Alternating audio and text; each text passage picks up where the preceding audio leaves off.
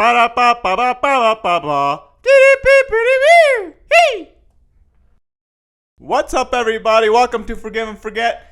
And my name is Hal Sadi, aka Khalu. And today we have a special guest. His name is Agostino Zoida. He's a buddy of mine from my days in LA. And let me tell you a bit about him. He's a comedian, a writer, actor, and podcast host. He is touring around the country right now. If you want to get tickets for his tour dates, you go to agostinocomedian.com/tour. It's at the top. You just go to agostinocomedian.com and then click on the button that says tour. The dates are June 27th at Folsom, California, July 28th at Long Beach, California, and then he's doing a little residency for about a week in Little Rock, Arkansas, August 31st to September 4th. And he's going to be in Omaha, Nebraska, September 15th.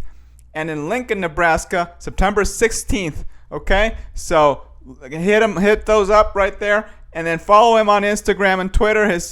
Both of his handles are the same, Agostino Zoida. That's AGOSTINOZOIDA. And he's got his own podcast. It's called the Homeschooled Podcast. And also he has a bunch of other shows on his YouTube. So you can go to the YouTube from his podcast page, okay? And we had a few technical difficulties in the beginning. And Zoom cut us off at the end. So You'll see there's a little cutoff at the end, but it's just I'm telling you the stuff he was telling me. Okay, so that's where you go, and enjoy the show, people. Talk to you later. Bye. Hey, you guys. So I got my buddy Agostino Zoida with me. Welcome to the show, buddy. How you doing? I'm doing good, man. Now that we've got that whole speaker situation. Yeah, we had a few technical difficulties in the beginning, but we pulled through. We did it. We survived. Okay. I was gonna ask you, do you hear my fan? No, I don't hear anything, dude. Oh, okay. I just hear your voice, man. We got a heat wave here in LA this week, man. I can't sit in the studio without that. Dude, the heat is getting crazy. Actually, surprisingly, here where I'm at, there were 3 days of just there was on Sunday it was 70-degree weather. Yesterday it was 80s, and then today's in the 90s. But dude, normally around this time it's already over 100, just around noon. So I'm actually surprised. Yeah. Anyway, no more about the weather, dude. So tell me a little bit, where did you grow up, man? You're one of the actual Angelinos. You're a legitimate Angelino. What part of LA did you grow up in? Yeah, I was born and raised in LA. Very rare. I am from the Valley, actually. I'm from Sherman Oaks. Okay. Yeah. So I guess our claim to fame is probably Cobra Kai. The Valley All Pros. Yeah. Karate tournament. Yeah, dude, that's crazy. Dude, I'm very familiar with Sherman Oaks. I lived in Burbank, which is not that far away. Yeah, 15 minutes. So a very fun thing about you is you were homeschooled, right? Yeah. It wasn't fun at the time. Well, you don't get to meet that many people who were homeschooled, because I know you, and then I know a couple of other guys, and they were brothers. So it's kind of the same person, because they have the same parents. Yeah. But I haven't met that many people who were homeschooled, and you're all so different, right? Because a lot of it is about your parents and stuff like that. But so tell me a little bit about that. How was it? Homeschooled people didn't really meet a lot of people, actually. That's why it's so rare. You're oh, I don't meet too many. It's yeah, we don't meet too many people. That's why. Sorry, I didn't mean to cut you off. No, dude. Don't worry about it. So, well, just tell me a little bit about how it was to be homeschooled. Man, I think I kind of hated it, and I really felt left out when I was younger. Mm-hmm.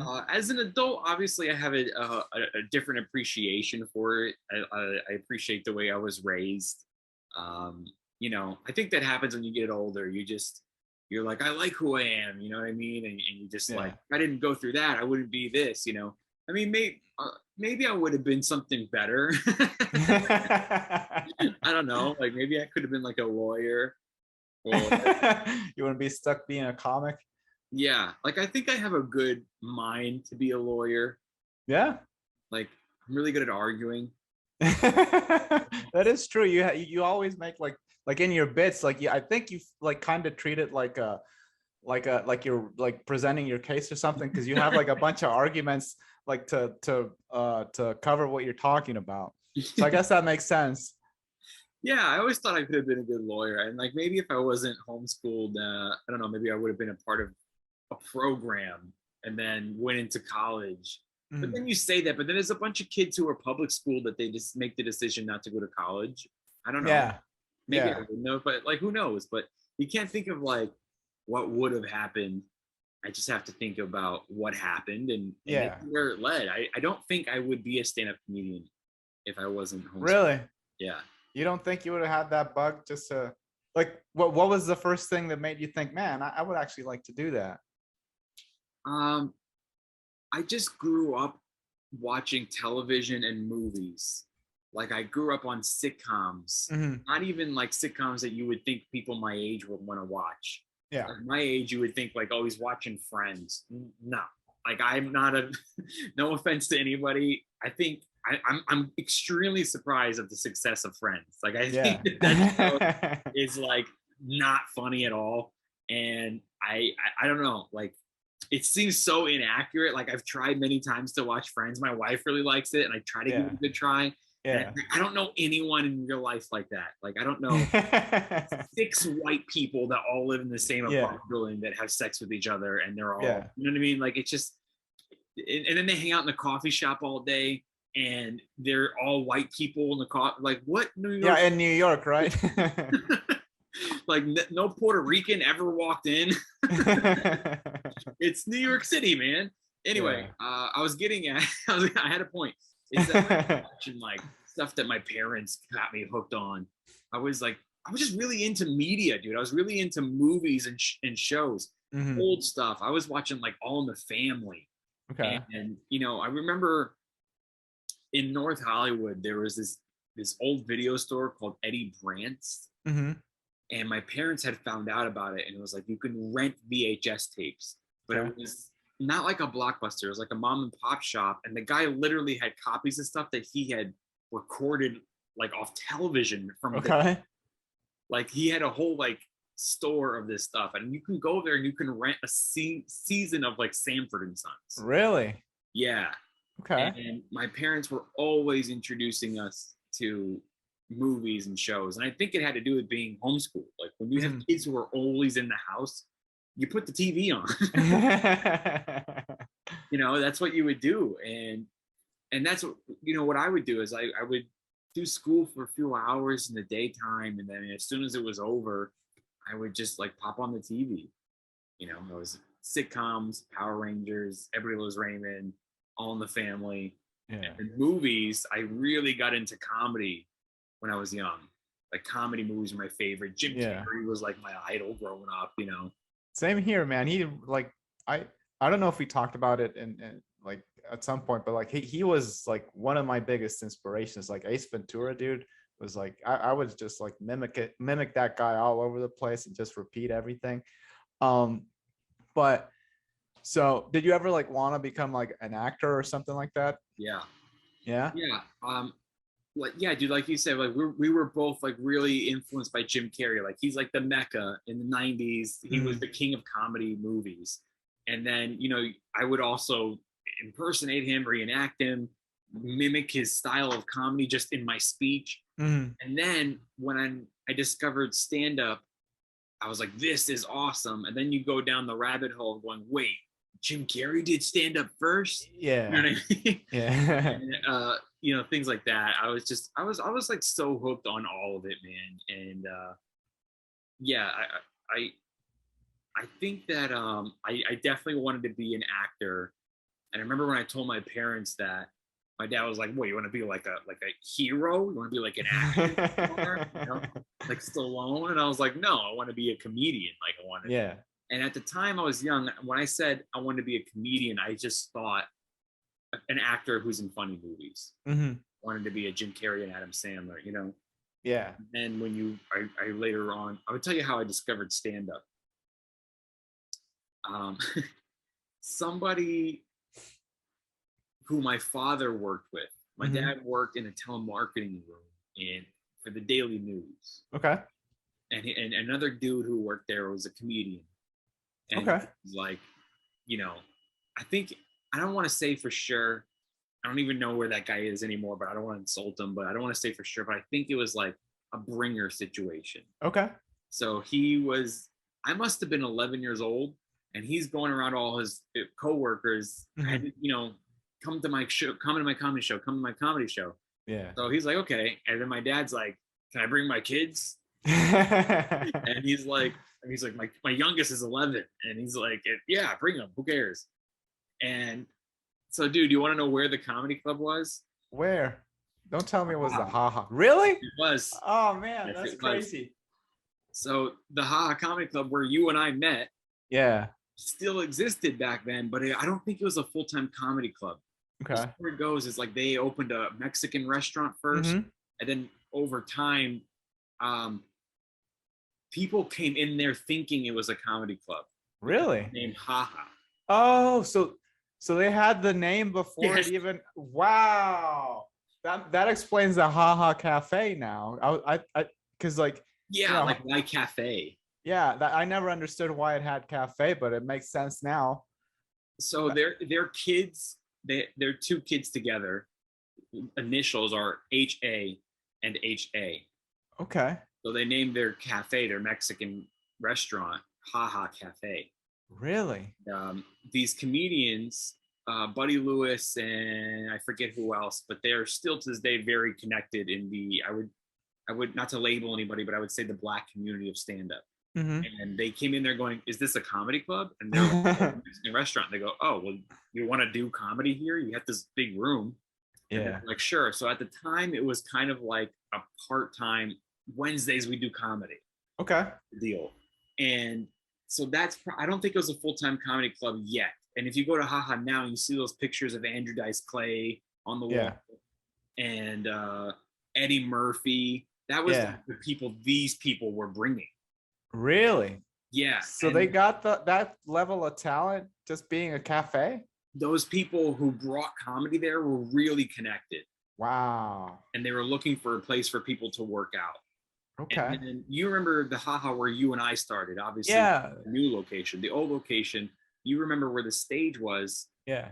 The other side of the stage was the back of the room was that little cave. You sit back there, comics just sit back there and open mics. That was where the stage was.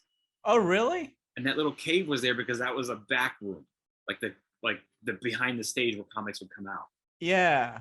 So when I first went to the Haha, I was 11 years old, and I went to my dad's coworker's comedy show, and the stage was on that side. That's crazy, man. Yeah, and of course, the Haha is going to be the only club that's letting minors in. Like they were pretty much just like, "How old is this kid?" They're like 11, and they're like, "You're his guardian, right?" It's just okay. Don't tell anybody. Yeah, crazy, isn't it? That's crazy, man. So you're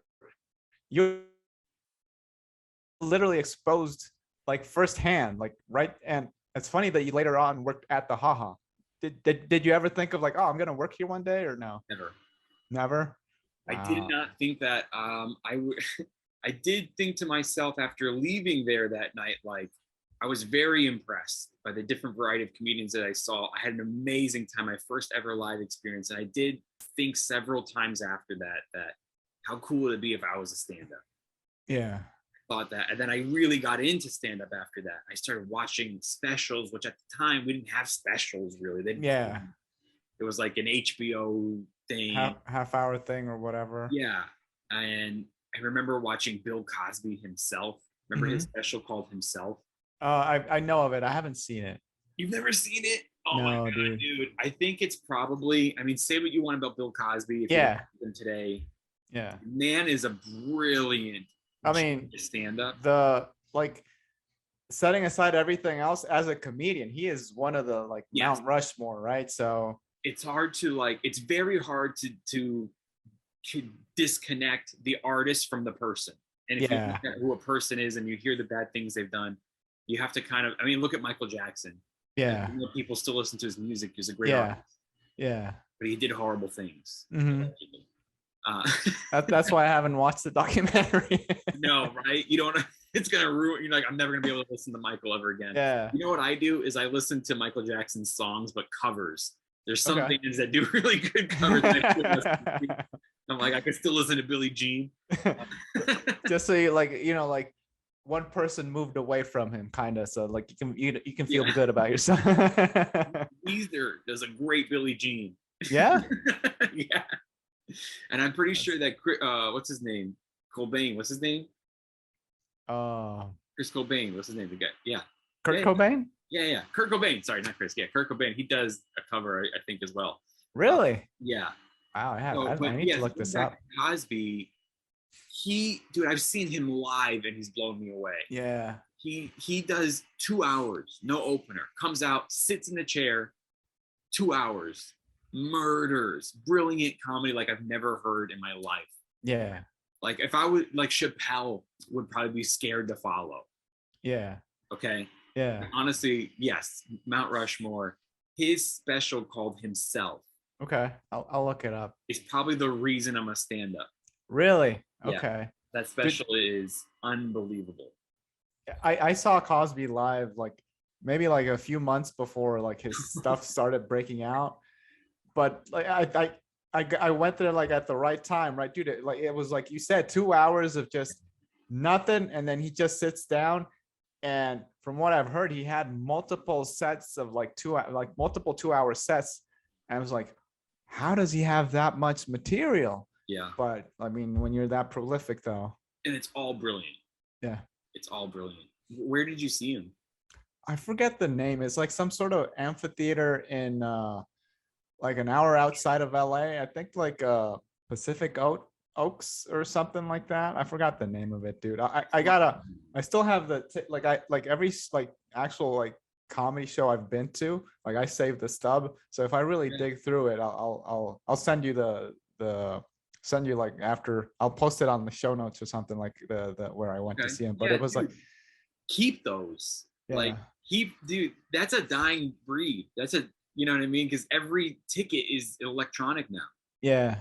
So if you go on eBay, like Tom Brady signed Super Bowl tickets are worth more than like a Tom Brady football. Wow, There's really? no more tickets. Wow, that's crazy, man.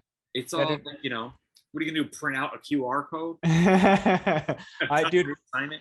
I always print, like when they do like the print at home thing, I always print it and I always keep it, dude, because it's, I don't know, that it's something important to me. It's cool, yeah. I did that for years of my movie stubs. Yeah. I would keep. Oh wow, you kept the movie stubs too? If it's a movie I really liked, and I would buy the movie when it came out on DVD, and I would put the stub inside the. Oh, dude, that's really cool. Yeah, just the other day I watched a movie. I went to my little bookshelf and I go, I feel like watching this, and I was like, hey, there's my stub from 2005. That's fun. Do you go back to watch a lot of movies? Yes. Yeah. My favorite, dude. What's your favorite movie? Well, I don't know if it's too narrow. Like, give me your top 5. I mean, Back to the Future as a trilogy is up there for me. Okay. Point Break. Okay. Probably top 5. Okay. But I'm also really into like dramatic, heavy movies. Like you would think comedian, you know. Yeah. He's always like, you know, do you like this? I'm like, no. They're like, how don't you like that? I'm like, I don't watching silly shit constantly. Yeah. I like dramatic stuff. Like The Godfather's on my list. Okay. Inception. Yeah. Pulp Fiction. Yeah, all good. Everything good so far. Yeah. Don't disappoint me, dude. Inglourious Bastards. Yeah, that's great. In my 30s, I'm super Tarantino. I think he's my favorite director. Yeah, dude, he's amazing. Like, I've never seen anything that he's made that sucks. Like, I've heard people say that the Hateful Eight isn't good, but dude, I love that movie, man. It's like I disagree. Yeah, Hateful Eight was it's like entertaining. it's like a verbal chess match, you know, like it's like something's going on in the background over here and they're talking, but you don't like something else is. I don't know, dude. I don't know if it's because like I had such low expectations when I watched it because people were shitting on that movie so much, and then I watched it. I'm like, dude, I don't know what they're talking about. This is amazing, but I really liked it. I thought it was awesome. I don't know why people. I mean, maybe they're comparing it to like Pulp Fiction or something or Kill Bill, but it's like it's a good movie. I mean, Yeah, I'd say his worst movie, which is still not even bad, is Death Proof. Dude, his worst movie is much better than any top tier movie right now, man. It's just That's true. Yeah, Death Proof is not his best. It's not the most entertaining, but it's still pretty good. Yeah, I haven't seen that one. I think it's on Netflix. Yeah, okay. I'll have to give it a look. And he's in it, right? Like he actually acts in it. I think he has a small part. Okay. I mean, it's probably Death Proof is probably the worst. I mean, sure. I mean, maybe Hateful Eight is towards the bottom, but it's but it's still good. It's still good. Yeah. I think the top is like Pulp Fiction, Reservoir Dogs. Personally, I love Once Upon a Time in Hollywood. I love it too, dude. I understand why people have a problem with it. To me, that movie is like, wow, like it's perfect, dude. That ending is amazing. I know. It's so good, man. Yeah. I have a poster of it in my wall. I've watched it, I think, 2 or 3 times in theaters. Yeah. It's not a short movie. No, dude, it's like at least 3 hours long. Yeah. I was just talking to you. I was driving here. I told you I'm going to drive to my studio, right? And record. While I was driving, I was talking to my mom. I was talking about my July plans because I tour a lot, and I was telling her that I'm taking July off. I just really don't want to go anywhere. I want to stay home. Yeah. And she was like, "Oh, your birthday's in July. Like, are you going to go somewhere for your birthday?" I'm like, "I just want to stay home." And I go, "You know what I want to do for my birthday is I want to, I want to go to Casa Vega, which is like the famous Mexican restaurant that they show in. It's featured in Once Upon a Time in Hollywood. Okay. And if you go there, there's a booth that's called Tarantino's booth. It's got his plaque on it. Really? And it's where they filmed that scene of him and Brad Pitt and Leo. Wow. And there's a picture on the wall of like Tarantino holding the camera really close up on the two of them. Yeah. Like, that's like my favorite Mexican restaurant in the valley. Yeah. And that's it. That's what I want to do. I just want to go sit there and eat. I can walk there from my house. That's awesome, man. That's another, like, I don't know if people that actually have lived in LA, I appreciate that movie a lot more, dude. Cause like it's like, oh man, I've been there. Oh, that's pretty like, oh, that looked a lot different than what it does look now and stuff like that. So like you get to see things like that, which is really, it is like a love letter to LA, right? Yeah. So they nailed it. So do you remember kind of in the beginning of the movie, Brad Pitt lives in that motorhome, which is behind the drive-in theater? Yeah. That's where my family went to drive-in movies when I was a kid. Really? Yeah, the Van Nuys drive-in. That's crazy, man. That sign isn't there anymore. Wow. Brought it back. Like, it's an exact replica. Like, that's how it looked when I was a kid. It was crazy. That's amazing, man. See, like, the level of detail that dude, I'm getting goosebumps right now. The level of detail that he went, like, in every movie he does, but just the level of detail he has just to, like, recreate certain things. It's kind of crazy. Let's move on from this because I remember you used to, I don't know if you have it recorded or not, but you used to have a bit where you were talking about how that your mom always made you do, like, sing the national anthem like at home. Yeah. Could you expand on that a little bit? Yes. So I should bring this bit back because it's nowhere. It's not really special I just recorded, and it's not on my first album. Oh, dude, no, you definitely got to bring. That was a great bit, man. That you should definitely bring that back. I always felt it wasn't done. that's why I was constantly working on how to make it work. But I think that I should try to build on it now. So so in the bit, I described being homeschooled, and my mom would make us sing the Pledge of Allegiance to the flag every morning before we began. Me and my sister standing there in the kitchen, dude, that's a true story. And we really did. I think it's the punchline, but it's the truth. We really had a little American flag. Yeah. The ones on the stick. Yeah. You would put in plants. We had like one of those in like a vase. Windowsill, and we had to face it. Oh man, that's so funny. I can't. I'm trying to keep it real. Dude, I can't imagine what it would be like to actually homeschool your children, like having your kids home all day. Like, you and I don't have kids, and I think we're like, man, that just having to deal with kids all the time is going to be, a lot of work. Yeah. And just the fact that your parents decided, no, we're going to, not only are we going to, do this, but we're going to like actually educate these kids. And you should have to take a test to see if you can homeschool your kids. Yeah, that's a lot of work. Not qualified. And my parents had 4 kids. 4 kids, and all of them homeschooled? My oldest sister was not homeschooled until she was like 15, 16. She was public school, and then got into some trouble at school. Whoa. Which made my parents homeschool her, and then the rest of us were homeschooled. You're not, you little shits, you're not getting into trouble anymore. Exactly, yeah. Wow. And then she kind of like, just didn't even go to college. She was already like 16, so she had 2 more years anyway. But the rest of us were completely homeschooled. Wow. And they're different ages. So besides her, my other 2 sisters above me are all 2 years apart. So it's like 2 years, 2 years, 2 years. So my mom is teaching 3 different kids, 3 different grades. Wow, dude, I can't imagine the amount of work that you have. And this is why I think that we should and can one day have a female president. Like someone's mom. Yeah. I mean? It needs to be like these women. And my mom had a job. So you're whoa, hold on a minute. Your mom had a job and she taught 4 kids. What? Yeah. What did she do for work? She worked for a bank called Washington Mutual, which is now JP Morgan. Okay, but I think I've heard of that bank though. Yeah. Has it like did they merge like recently in the past 10 years? No, it's been longer than that. Longer than that? I've heard that name, dude. Yeah, so she worked in like a call center for the bank.